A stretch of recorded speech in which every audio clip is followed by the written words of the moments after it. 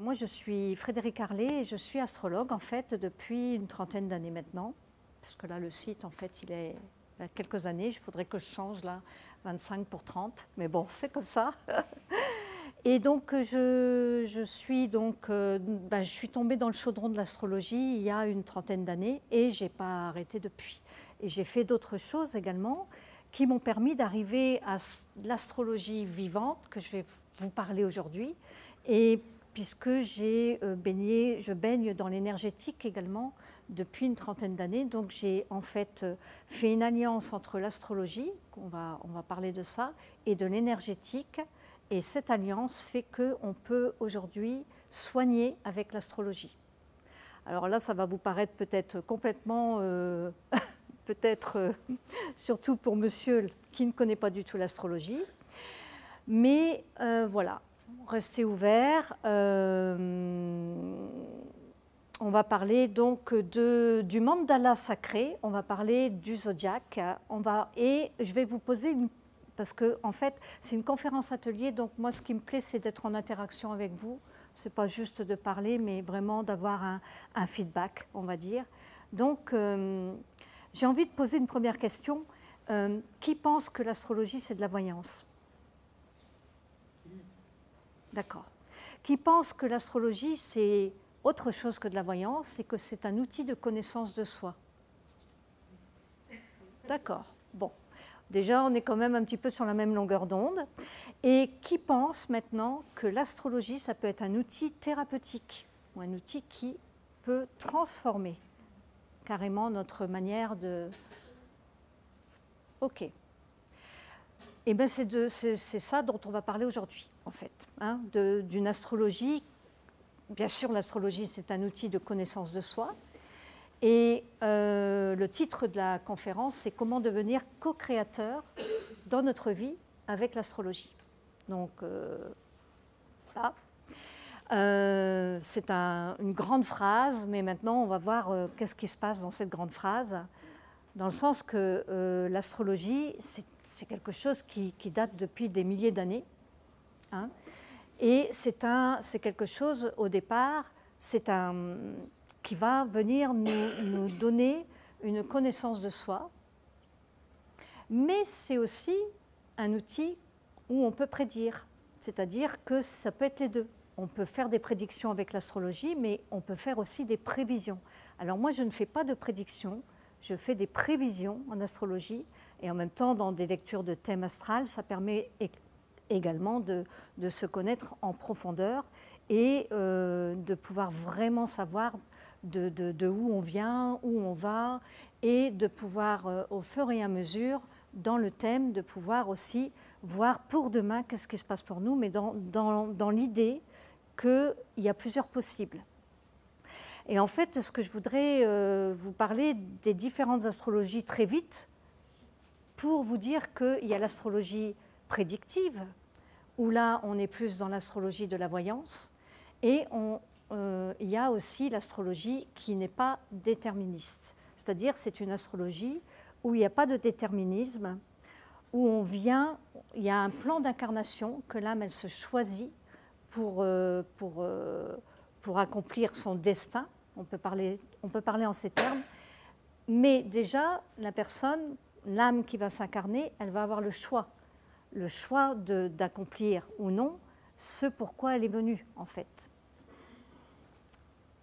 C'est important, hein, parce que l'âme, elle choisit, mais après, une fois qu'on est sur Terre, ben, est-ce qu'elle va décider de suivre son plan d'incarnation ou alors est-ce qu'elle va le refuser?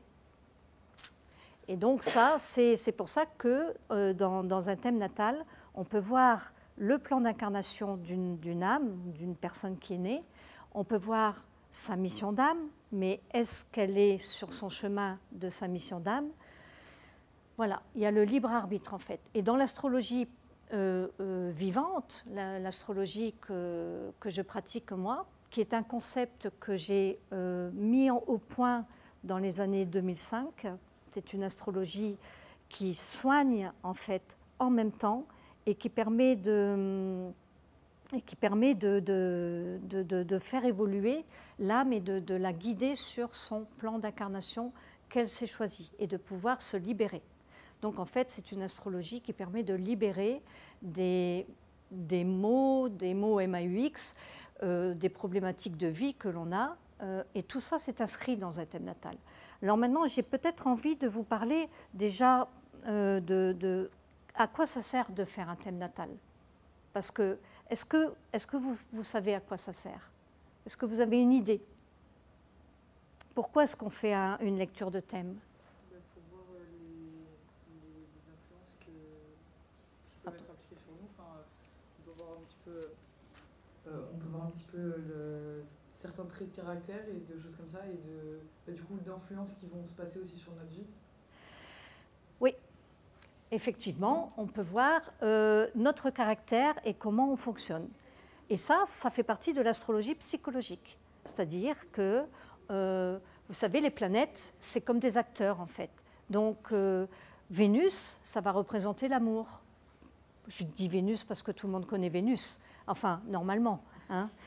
Ça va représenter l'amour. Eh bien, dans une carte du ciel, Vénus va venir nous dire comment est-ce qu'on aime, qu'est-ce qu'on attend de l'amour, quel est l'idéal de notre amour, et s'il y a une problématique par rapport à l'affectif, parce que Vénus c'est aussi une planète qui représente l'affectif, eh bien, elle va venir nous parler de ça et nous parler de comment est-ce qu'on pourrait optimiser notre manière d'aimer, ou si on a une problématique affective, de comment faire pour la résoudre. Donc en fait, c'est dans cette idée-là en fait, que le thème natal, il nous dit comment on fonctionne, mais comment est-ce qu'on peut faire pour optimiser, améliorer et se libérer. Donc par exemple, Mars, quelqu'un sait? Oui? La passion, l'agressivité, d'autres choses. Oula, j'entends pas du tout. Il y a la passion et l'agressivité déjà. La passion et l'agressivité, c'est ça? Oui, il n'y a pas que ça, mais c'est un peu parti. D'accord. Mars, oui. Ça peut être la colère, l'agressivité, ça peut être aussi, Mars, c'est beaucoup de choses, c'est notamment la volonté, l'énergie, c'est la planète surtout de l'action. Donc en fait, bon, c'est d'autres choses encore, hein, là je ne vais pas faire un cours d'astrologie, mais disons que Mars, on va pouvoir voir comment est-ce qu'on agit dans la vie, comment est-ce qu'on réagit, si on est, quel genre de décision, comment est-ce qu'on prend nos décisions. Est-ce qu'on est toujours dans l'action ou est-ce qu'on n'est pas dans l'action? Donc c'est vraiment toute l'astrologie psychologique et c'est très très intéressant parce que ça permet de voir comment on fonctionne sur tous les plans. Donc si on fait par exemple un thème pour un enfant, ben, on peut voir comment il se comporte, on peut voir déjà comment il est dans son caractère. Et donc, ça peut aider les parents ou la maman ou le papa à pouvoir accompagner son enfant. Mais bon, c'est bien aussi de le savoir pour nous, hein, de comment on fonctionne, parce que bien souvent, on ne se connaît pas, en fait. On se connaît, mais sans se connaître. Et quand on nous dit, quand moi je fais des lectures de thèmes aux personnes, parce que j'en ai fait déjà plusieurs centaines, quoi, je veux dire, depuis le temps, mais je vois bien que les personnes, souvent, elles me disent « Ah bah oui, je savais, là, ce que vous me dites, je le sais, mais maintenant qu'on me le dit, oui, là, ça y est, j'ancre ce savoir-là de comment je fonctionne. » Alors, l'astrologie, dans un thème astral, on ne va pas voir que ça. Qu'est-ce qu'on peut voir encore dans un thème astral, d'après vous? Quelqu'un le sait? Oui? Si on est bien aligné avec notre mission de vie, et pourquoi ça marche ou ça ne marche pas?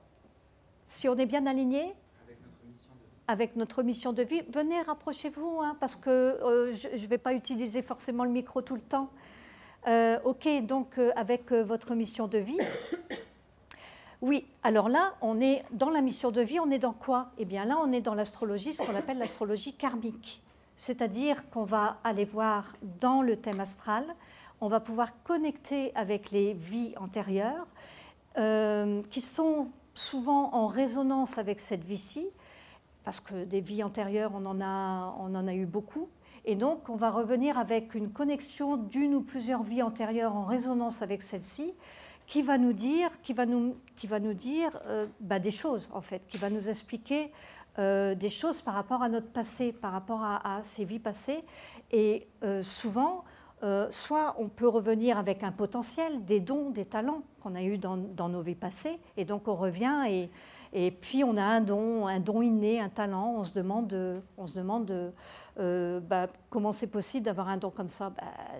C'est parce qu'il a déjà été travaillé dans une vie passée. Et ça, on peut le voir, le décoder dans un thème. Et bien souvent, on voit qu'il y a des talents cachés. Bien souvent, les gens n'exploitent pas leur potentiel. Et donc, le fait de faire une lecture de thème, ça permet aussi de pouvoir aller chercher ce potentiel et qui demande qu'à s'exprimer, hein, d'ailleurs. Hein. Mais ce n'est pas que le potentiel, c'est-à-dire que si on revient avec une vie en résonance avec celle-ci, c'est bien souvent parce qu'on a fait des erreurs. Donc là, on va parler de karma. Alors moi, j'aime pas trop dire on a fait le bien, on a fait le mal, c'est pas... mais on va dire il y a des choses qu'on n'a pas compris, il y a des choses qu'on n'a pas forcément compris. On revient pour comprendre de nos erreurs. Ou alors on revient parce qu'on a vécu quelque chose dont on ne s'est pas remis, par exemple la perte d'un être cher, enfin on va pas, il y a toute une liste et on revient et on a une forme de tristesse, on n'arrive pas à savoir d'où elle vient cette tristesse, par exemple. Et oui, mais c'est parce que peut-être que c'est une nostalgie d'une vie passée, d'un amour perdu. Donc ça, dans le thème, ça, on le voit, tout ça. Ça nous parle de ces connexions-là. Et donc ça, c'est une autre façon de regarder le thème. Est-ce que vous pensez qu'il y a d'autres choses encore qu'on peut voir dans un thème? Donc là, on a vu, hein, c'est déjà pas mal. Hein. On voit le comportement d'une personne, son fonctionnement, comment elle fonctionne. On voit aussi tout son côté émotionnel, parce que chaque planète représente quelque chose. Par exemple, la Lune représente les émotions. Donc, les émotions, c'est quand même très intéressant d'aller voir comment vous fonctionnez émotionnellement. Donc ça, l'astrologie, une lecture de thème astral, peut vous dire... Ça va, vous entendez, madame? Je vois que vous froncez les sourcils. Ah bon, d'accord, ça va alors. Donc, du coup, ça vient vraiment nous dire comment est-ce qu'on agit et on réagit émotionnellement. Et c'est très intéressant parce qu'il y a des personnes, c'est tout à chacun, c'est complètement différent. Mais c'est surtout après de pouvoir dire, mais ok, si j'ai un problème avec mon émotionnel, si je suis submergée par mes émotions, par exemple, il y a des signes qui sont des signes astraux qui sont plus émotionnels que d'autres. Vous savez lesquels c'est? Les signes d'eau. Hein? Les signes d'eau qui sont en relation plus avec l'émotionnel parce que c'est l'élément eau.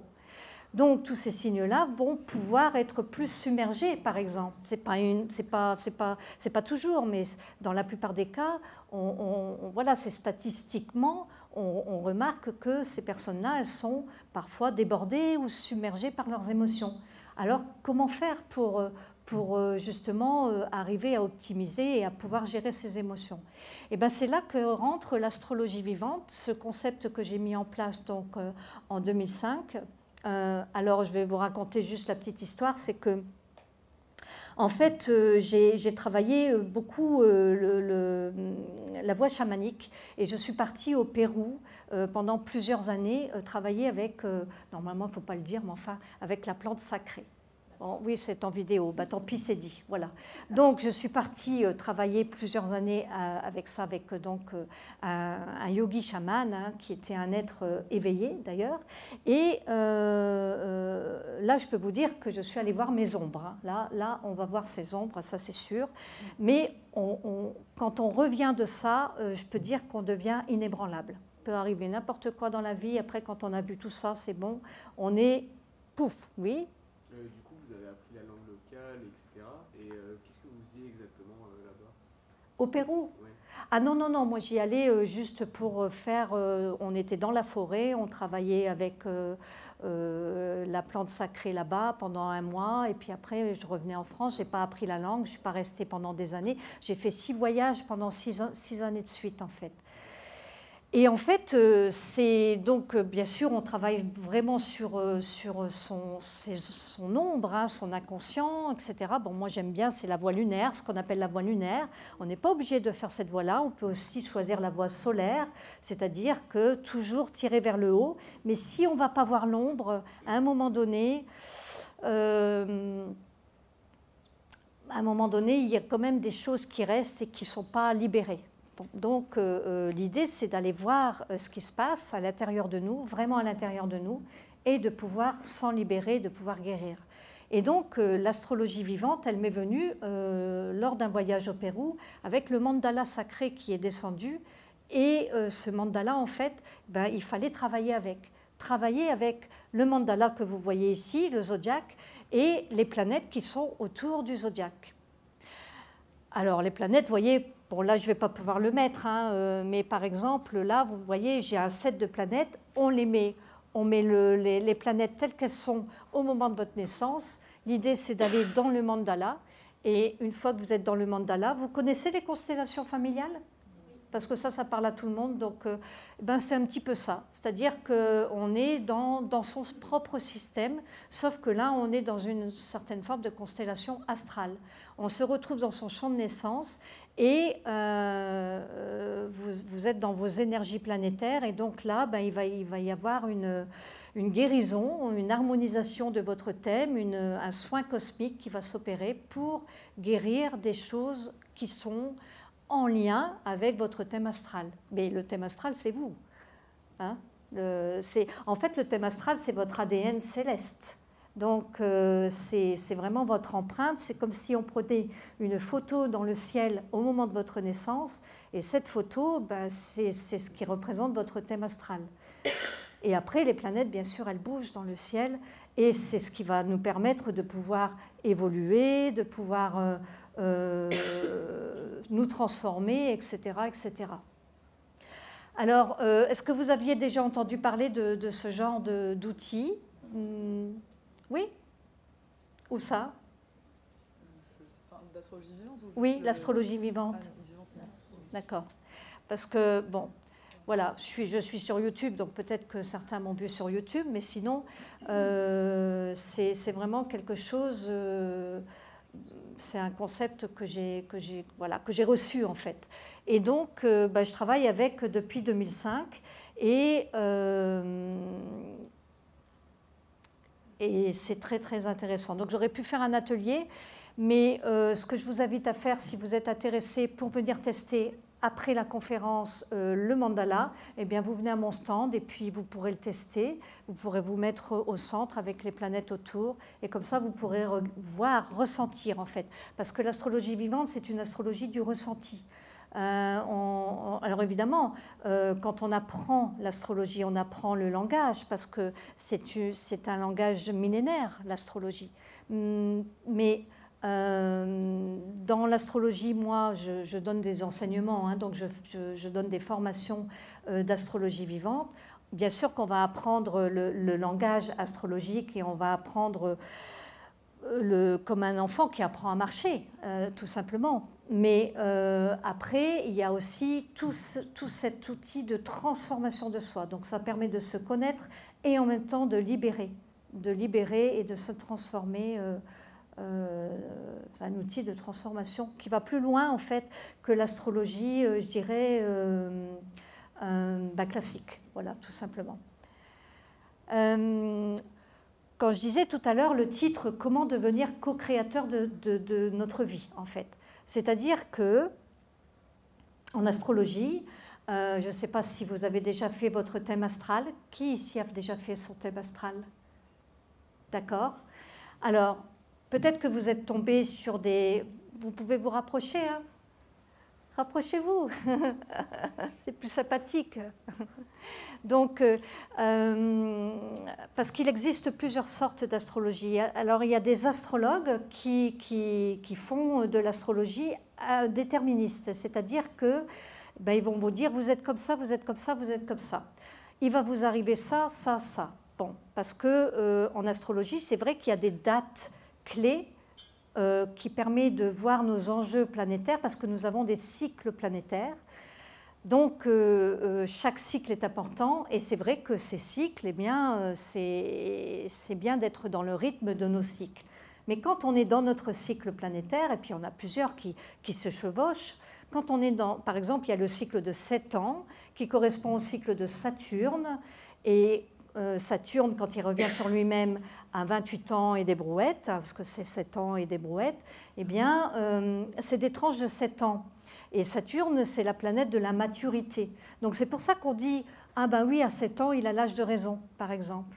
À 14 ans, ben, c'est l'âge de l'adolescence. À 21 ans, c'est l'âge de la majorité.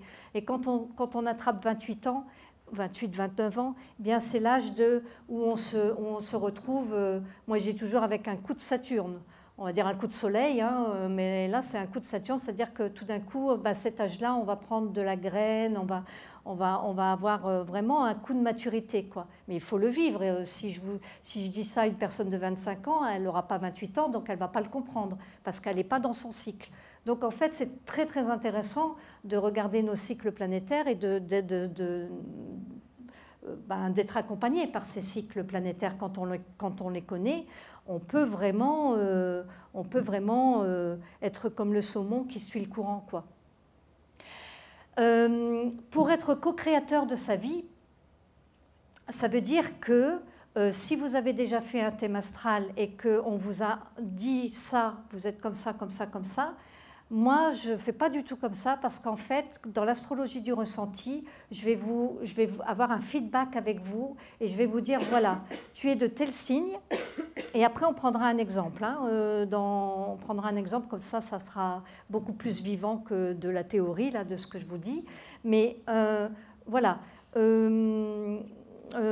exemple, là, je vais vous parler de votre signe solaire. Le signe solaire, c'est votre signe astrologique. Ça veut dire qu'au moment de votre naissance, le soleil se trouve dans tel signe, eh bien, ça veut dire que vous êtes de tel signe astrologique. C'est ça que ça veut dire. Alors, ce soleil, si vous êtes, par exemple, quel signe ? Cancer. Signe cancer. Donc, le signe cancer, c'est un signe d'eau. Merci. C'est un signe d'eau donc, qui est relié aux émotions. Le signe du cancer, c'est le premier signe d'eau et il est relié à la Lune parce que chaque planète est reliée à un signe. Donc la Lune, c'est la planète des émotions. Donc c'est vraiment le signe le plus sensible du zodiaque. Non, mais ça, c'est une réalité, c'est vrai. Mais après, ça, comment dire, il y a d'autres choses. Le cancer, et vous allez me dire si ça résonne en vous, mais le cancer, c'est vraiment, voilà, ma famille, c'est très important. Tout ce qui est en relation avec le côté intime, c'est très important. Il peut y avoir une certaine forme de timidité, il peut y avoir une certaine forme... Voilà, et puis c'est surtout qu'on doit bien se sentir dans un endroit, parce que si on arrive dans un endroit qui a 20 personnes, tout de suite le cancer, il va voir, ça ne va pas. Hein. Et là, il va rentrer dans sa coquille si ça ne va pas, et puis limite, il va sortir de la pièce, non ? En général, oui. En général, oui. Hein. Donc, bon, mais bon, le cancer, c'est très, très sensible. Mais si on prend un autre signe... je ne sais pas, est-ce qu'il y a un autre signe ? Capricorne. Alors là, on n'est plus du tout dans la même énergie, on est dans l'énergie de la Terre. Alors donc, la Terre, c'est vraiment concret, pragmatique, cartésien, parce que c'est l'élémentaire. Et c'est une vibration plus lente. C'est-à-dire que dans l'eau, on peut nager, on peut quand même aller, ou dans l'air, ça va très vite. Mais dans la Terre, pour concrétiser, réaliser, ça prend du temps. Donc c'est pour ça que c'est une vibration lente. Et le Capricorne, d'ailleurs, il est juste en face du Cancer. Hein. Donc le Capricorne, ça va être... Ah, ici, la planète, c'est Saturne. Saturne qui est relié au Capricorne. Donc forcément, on va avoir une énergie beaucoup plus responsable, beaucoup plus... peut-être qu'on est dans « je dois faire, il faut peut-être qu'on se dit « la vie est un petit peu difficile Non ? Non ? Oui ? Ça va ? Voilà. Ok, c'est bien. Donc, c'est justement là où je voulais en venir. Je voulais justement voir, non, ça ne me parle pas. Bon, parce que dans la plupart des Capricornes, c'est la vie, elle est dure, elle est difficile, il faut faire avec. C'est un petit peu ça. Mais là, on est justement dans la catégorie « t'es comme ça ». Alors que quand là, je parle à madame, elle me dit « ben non, la vie, elle n'est pas difficile ». Bon. Enfin, c'est un sentiment, attention, hein, c'est pas la vie est difficile, c'est je ressens comme la vie étant difficile. Donc ça veut dire que là, eh bien, on incarne son signe solaire d'une certaine façon.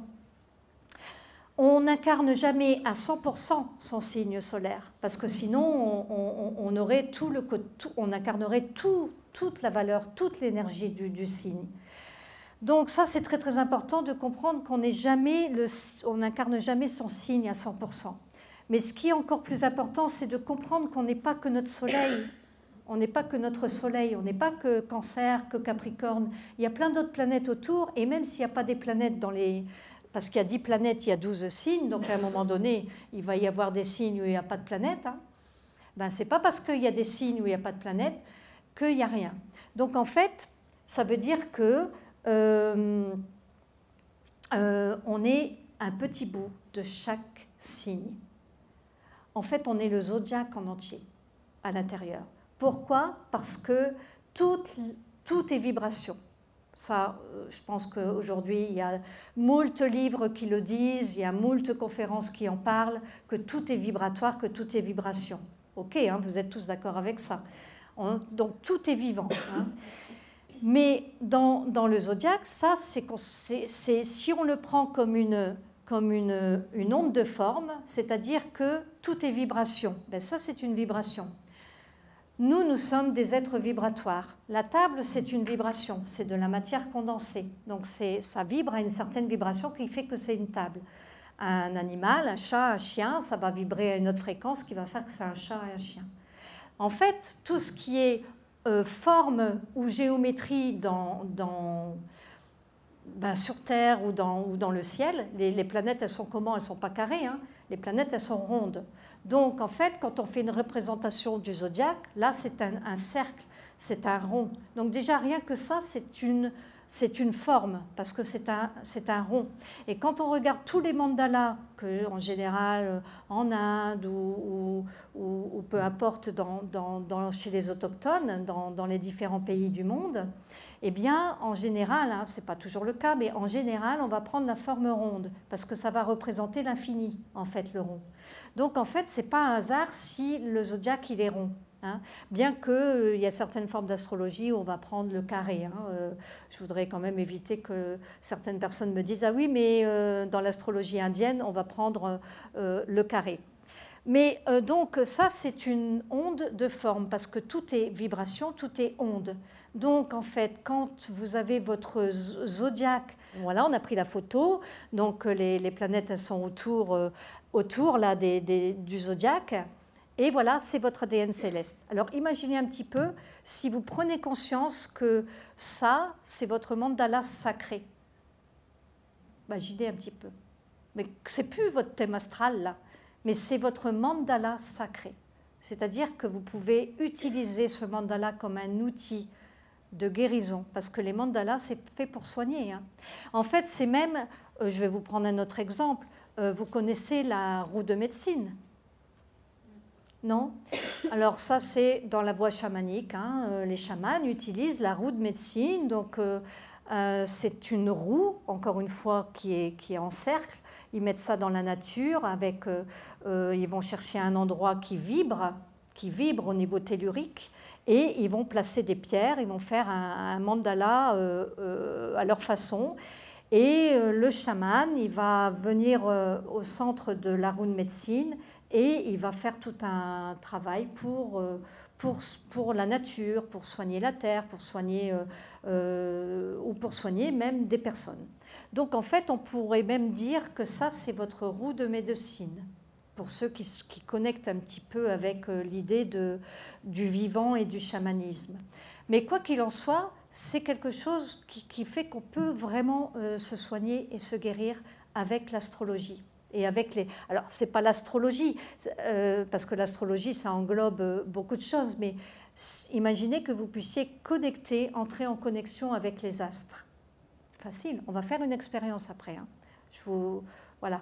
Donc, restez jusqu'à la fin, parce que je vais vous mettre on va faire une petite expérience, hein, je vais vous mettre dans les planètes, et vous allez voir que vous allez ressentir. Vous allez voir. Donc, est-ce qu'il y a des questions?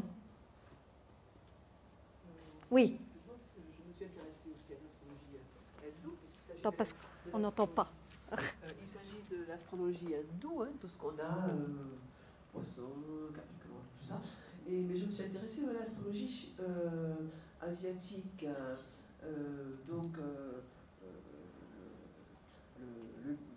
le lièvre, le mouton, voilà, le tigre, il y a plein de choses. Et puis il y a dans cette astrologie asiatique, il y a les éléments, tous les 11 ans, il y a les éléments de terre, de fer, de feu, voilà, et d'eau et métal. De métal, voilà.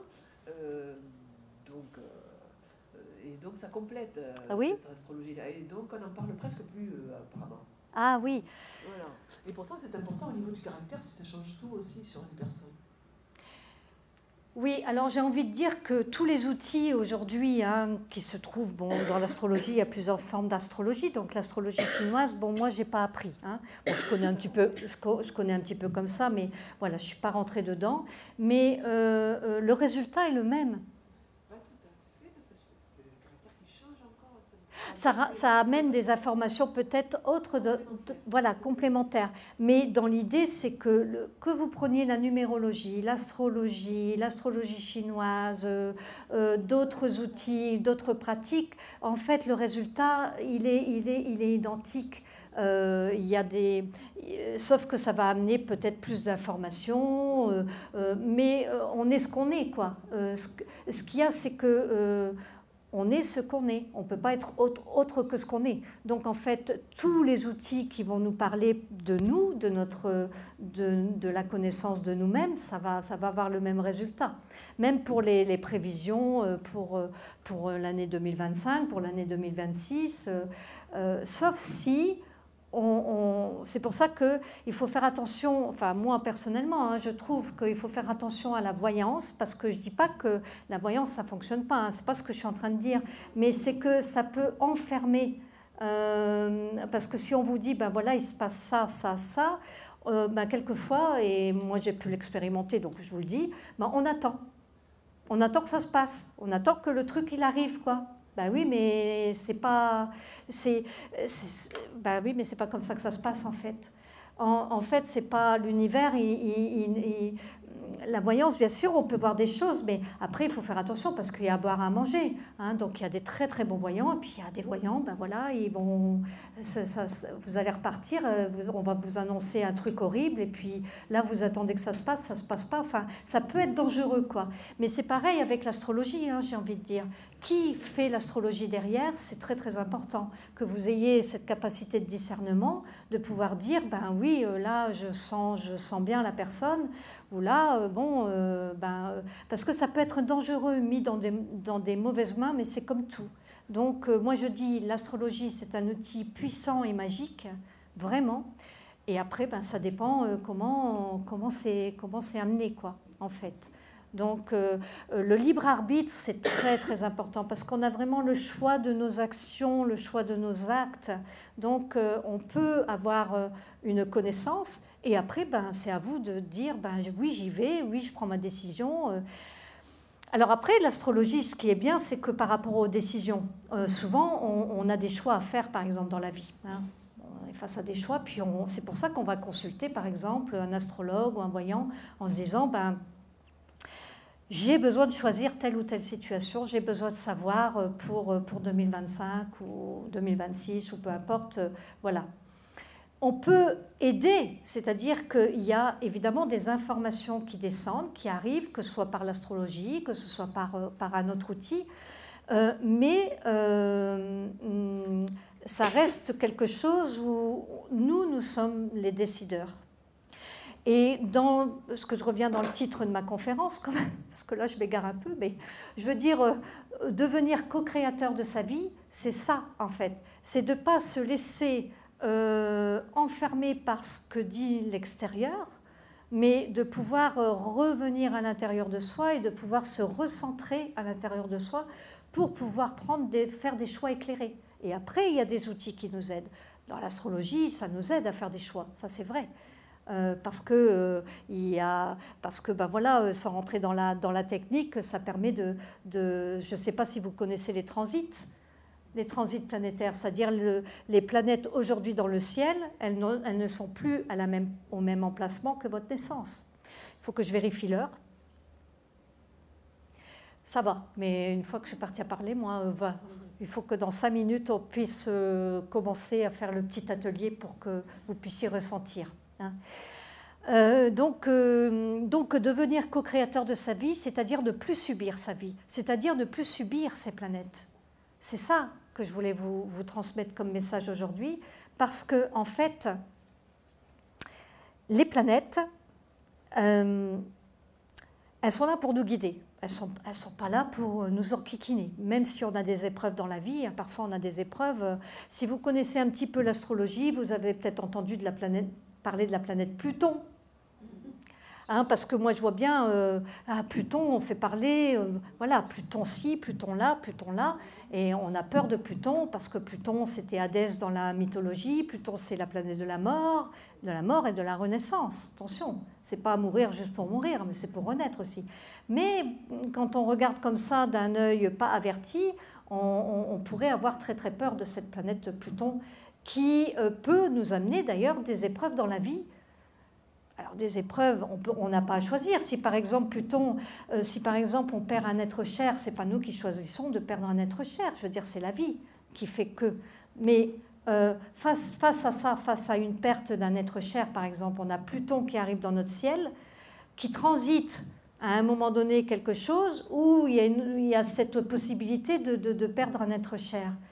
Mais tout va se passer dans comment je vais gérer mon deuil. Quelle attitude je vais avoir par rapport à l'épreuve qui m'arrive. En fait, c'est ça où on a le choix. On a le choix dans l'attitude qu'on va avoir par rapport à une épreuve qui nous arrive. Est-ce que je vais être complètement dépressif et puis être par terre pendant des mois? Ou alors est-ce que je vais me relever et puis voilà, c'est ça en fait. Bon, là, je parle de Pluton et je parle de cet exemple-là, mais il y en a des tas d'autres d'exemples, parce qu'en fonction des choix qu'on va faire, en fonction des choix qu'on va, en conscience qu'on aura fait, ou parfois même inconsciemment hein, d'ailleurs, ben, on va avoir des résultats forcément, on va avoir des conséquences. Et c'est ça aussi le karma. Quand on regarde l'astrologie karmique, d'aller connecter avec des vies passées, ben, c'est tout le résultat des actions qu'on a menées. Des actions qu'on a menées, ou alors des pensées qu'on a eues, hein, parce que les pensées, ce sont aussi déjà des actions, en fait. La pensée est déjà créative. Hein. Là, on a entendu parler aussi beaucoup de la pensée. Hein. La pensée, c'est une onde. Donc, quand on envoie une pensée de colère, ben, la pensée de colère, elle s'en va dans l'univers. Hein, et ça y est, elle est envoyée, quoi. Et la seule façon d'annihiler une pensée de colère ou une pensée de haine ou une pensée de je ne sais quoi, ben c'est derrière d'envoyer une pensée lumineuse, une pensée d'amour, en fait. Donc, en fait, il y a toute l'attitude qu'on va avoir par rapport à... Et donc, l'astrologie peut nous aider à y voir plus clair, à voir comment on fonctionne, quel est notre karma, voir les difficultés qu'on a dans notre vie, voir notre potentiel qui parfois n'est pas exprimé, voir nos talents, nos dons, et voir aussi les problématiques de vie que l'on a et qu'on n'a pas encore réussi à... Parce que parfois on s'est libéré, mais parfois on est encore un petit peu bloqué, ou parfois carrément bloqué. Donc l'astrologie vivante, elle permet vraiment de pouvoir dénouer des nœuds, de pouvoir mettre à la conscience des mots, M-A-U-X, hein, sur des mots M-O-T-S, sur des mots M-A-U-X. Voilà. Donc ça permet vraiment de pouvoir dire les choses et de faire remonter à l'inconscient, des couches de l'inconscient, de les mettre à la conscience.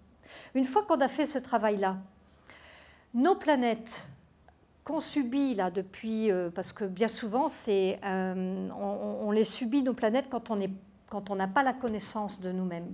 Si on ne se connaît pas en profondeur, ben on ignore qui on est, et du coup on pense se connaître, hein, voilà, mais on ignore complètement qui on est, et du coup on ne peut pas agir sur nous-mêmes. Donc on va quelque part subir, entre guillemets, ben, nos planètes, notre thème astral, enfin comme vous voulez l'appeler, et enfin nous en fait, hein, et nous on est sous l'influence des planètes, comme vous aviez dit hein, au départ.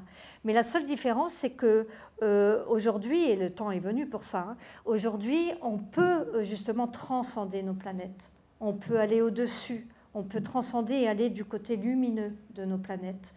Et donc ça, c'est en faisant ce travail justement d'alchimie. Justement, Pluton qui est une planète de l'alchimie, hein, quelque part. Hein. Et Uranus aussi. Et Uranus, mais Uranus, c'est la planète du réveil. C'est le grand éveilleur. Hein. Uranus, lui, il vient et boum, bam, bam, bam, c'est un petit peu comme la foudre qui arrive, pam, pam, pam, et il vient vous réveiller là où il doit vous réveiller, quoi. Donc en fait, toutes les planètes ont une action, un rôle, et on peut vraiment, parce qu'Uranus, si elle arrive, ça peut être soit je me réveille, soit je me rebelle. Ça dépend comment je vais réagir ou comment je vais agir. Ça dépend sur quel plan de conscience je suis, en fait. Donc tout ça, c'est très très important. Des questions par rapport à ce que je viens de dire? Oui.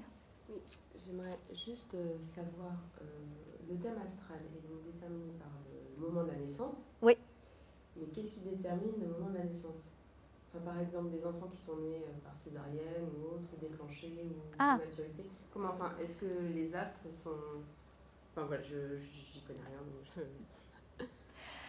Donc là, la question, c'est, ben voilà, si on est par césarienne ou par accouchement déclenché, qu'est-ce qui se passe? Parce que normalement, c'est pas naturel, quoi. Ben, j'ai envie de dire que tout ça, ça fait partie de toute façon de tout ce qui est orchestré dans l'univers et tout est juste en fait.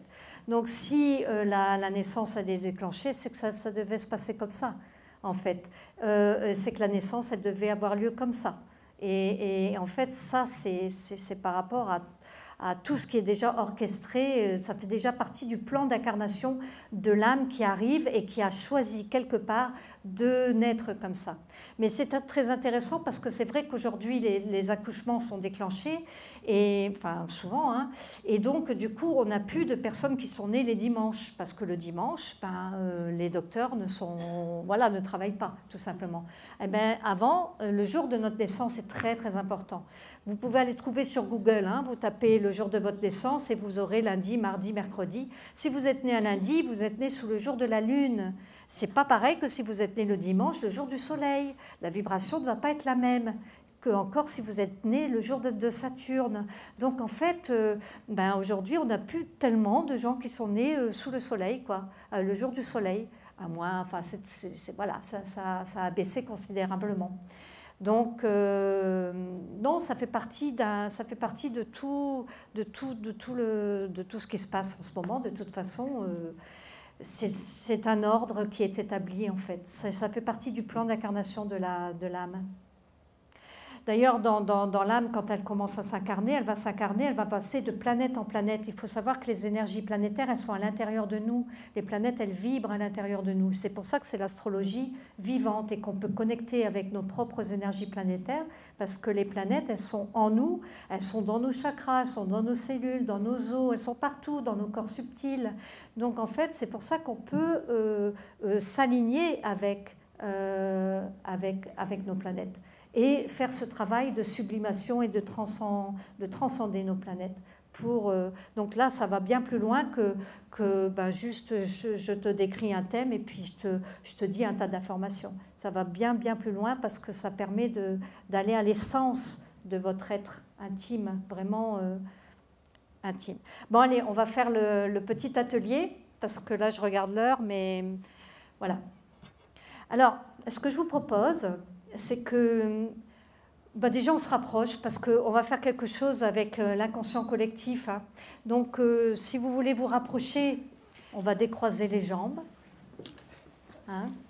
On va enlever les lunettes pour les personnes qui ont des lunettes parce qu'en fait ça travaille, les lunettes bloquent l'énergie du troisième œil en fait quand on fait ce genre d'expérience. Voilà, donc les montres connectées aussi, bon, voilà, si c'est possible, voilà. On va se mettre dans un maximum d'optimisation. Hein. On n'est pas non plus dans le meilleur endroit possible pour faire ça. Mais bon, voilà. OK. Alors, du coup, Et bien du coup, en fait, là maintenant, on ne va plus du tout être dans le mental. On va aller chercher, je vais vous montrer ce que c'est l'astrologie vivante.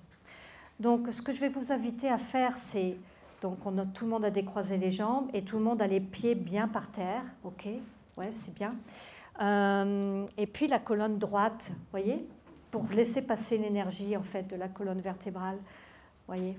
Si on est bien assis, les pieds bien et puis la colonne bien droite, comme si on méditait. Bon, pour ceux qui ne méditent pas, voilà, on a le menton légèrement rentré. Et puis je vais tout simplement vous inviter à fermer les yeux,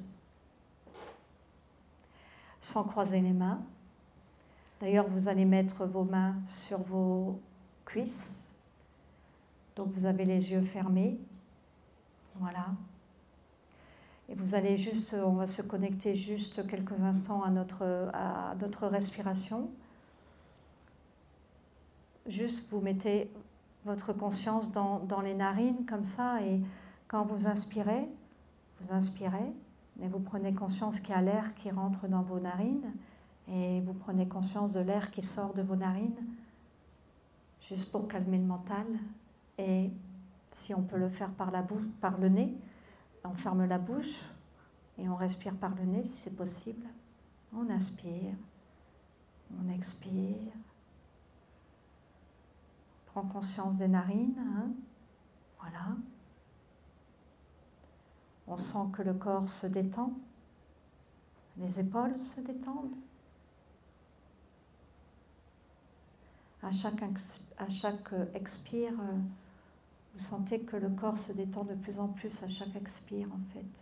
J'inspire et j'expire et mon corps se détend. Et maintenant, vous allez mettre les paumes de main vers le ciel. Voilà, toujours posées sur les cuisses, les épaules relâchées. Vous allez imaginer que dans la main droite, dans la paume de la main droite, vous imaginez un beau soleil, un soleil lumineux, vibrant, un beau soleil bien rond.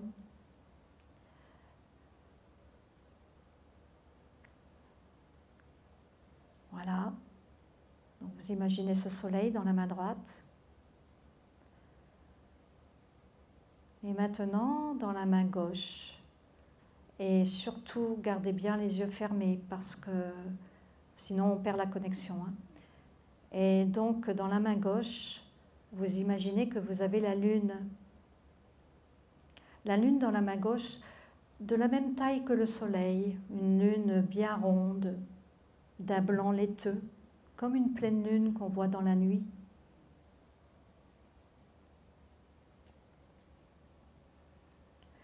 Et juste observez ce qui se passe.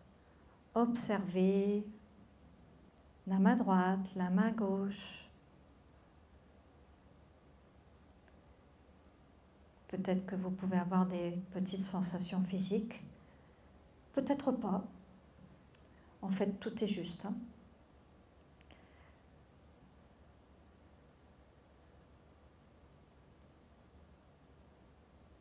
Le soleil dans la main droite, la lune dans la main gauche, tous les deux de la même taille.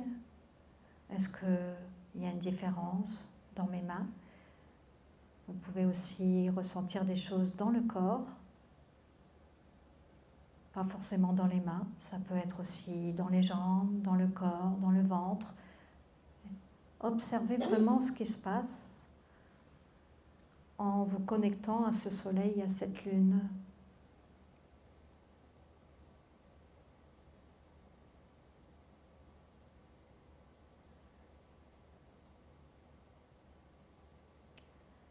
Restez juste quelques instants comme ça. Et maintenant, vous allez imaginer que Vénus, la planète de l'amour, vient se mettre dans votre cœur. Même si vous ne connaissez pas le symbole, c'est pas grave. Vénus vient se mettre dans votre cœur. Et juste observer ce qui se passe. Là, on est dans une forme de triangle avec le Vénus dans le cœur, le Soleil dans la main droite, la Lune dans la main gauche.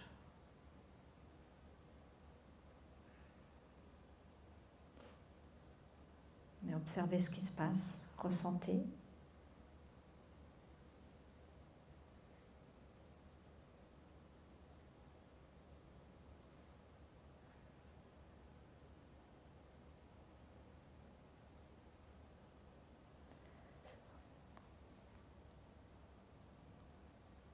Ok, il faut savoir que chaque planète est reliée à un archange.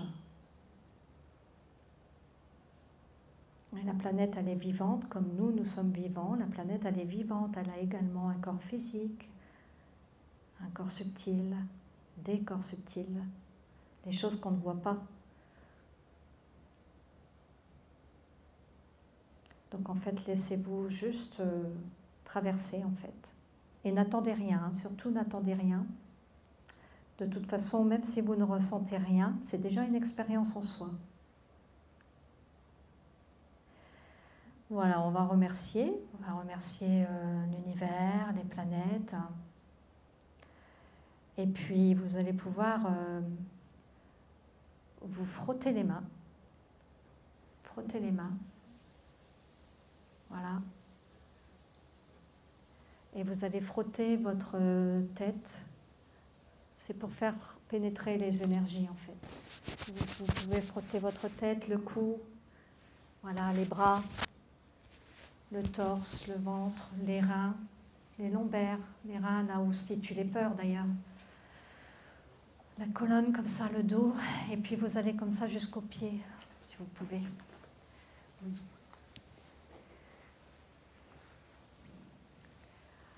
Et là, on va essayer de voir s'il n'y a pas eu des petites choses, des petites expériences. Qui c'est qui voudrait bien parler, qui voudrait bien exprimer ce qu'il a ressenti? Moi, j'ai eu l'impression que, en fait, le soleil, il aurait été mis à gauche et la lune à droite. Alors, je ne sais pas. Ah. J'avais l'impression qu'il y avait une dualité. Qu'il fallait polariser autrement? Oui. D'accord. Et à la fin? Mais à force d'insister qu'il reste là, d'accord. Il reste dans cette position. Mais au départ, j'avais dit le contraire. Oui. Ok.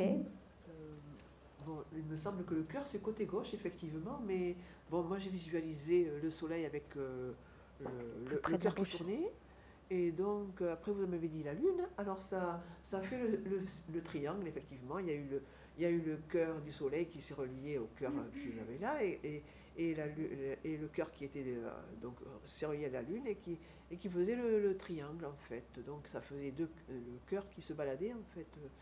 D'accord. Voilà. Donc c'est comme ça que j'ai ressenti. Ok. Voilà. Eh bien, parfait. Et comment vous vous sentez?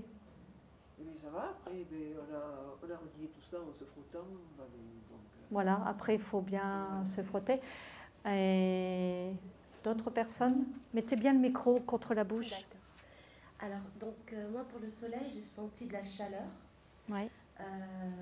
Et une certaine pesanteur, une lourdeur par rapport à la lune, où c'était plus frais et plus léger. Voilà. Et après, et puis aussi avant que vous parliez de Vénus, j'ai eu des frissons, enfin, comme s'il y avait une pression, mais pas désagréable, juste ici, donc au niveau du thorax. Et puis Vénus, bon, elle était là, mais je pense que j'avais besoin de plus de temps parce que je commençais à partir un peu en état modifié. D'accord. Voilà. Merci. D'accord. Oui, alors après, chaque expérience est unique. Il n'y a pas... voilà. Vous voulez parler? Non? Je peux dire un mot? Oui, oui, oui. Bien près de la bouche.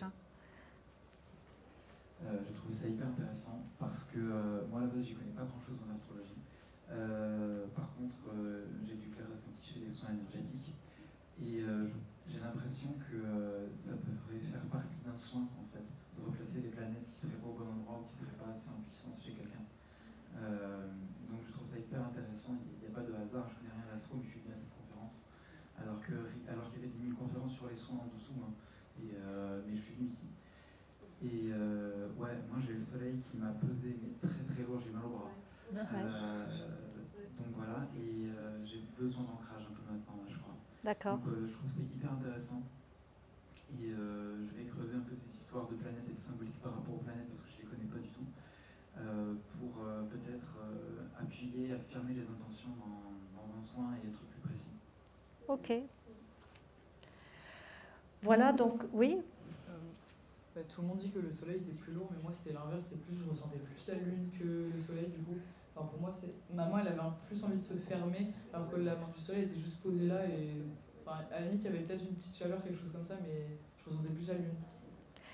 Alors oui, parce que chacun, ça va être différent. Alors, comme je disais, les planètes, juste pour finir, elles ont par exemple, le Soleil peut représenter le Père, la Lune peut représenter la Mère. Donc après, quand on est vraiment en soin avec moi, hein, du coup, moi, je décode tout ça. Hein. Bon, là, évidemment, je vais pas décoder, puis on n'est pas dans le soin, on est juste dans une petite expérience. Mais forcément, voilà, c'est un peu comme une constellation astrale, en fait. Hein. Donc, on peut vraiment, voilà, si vous avez besoin d'ancrage, vous pouvez venir à mon stand aussi, le 200A, pour aller sur le mandala pour vous ancrer. Hein. Là, vous allez sentir la verticalité avec toutes les planètes. Donc, venez.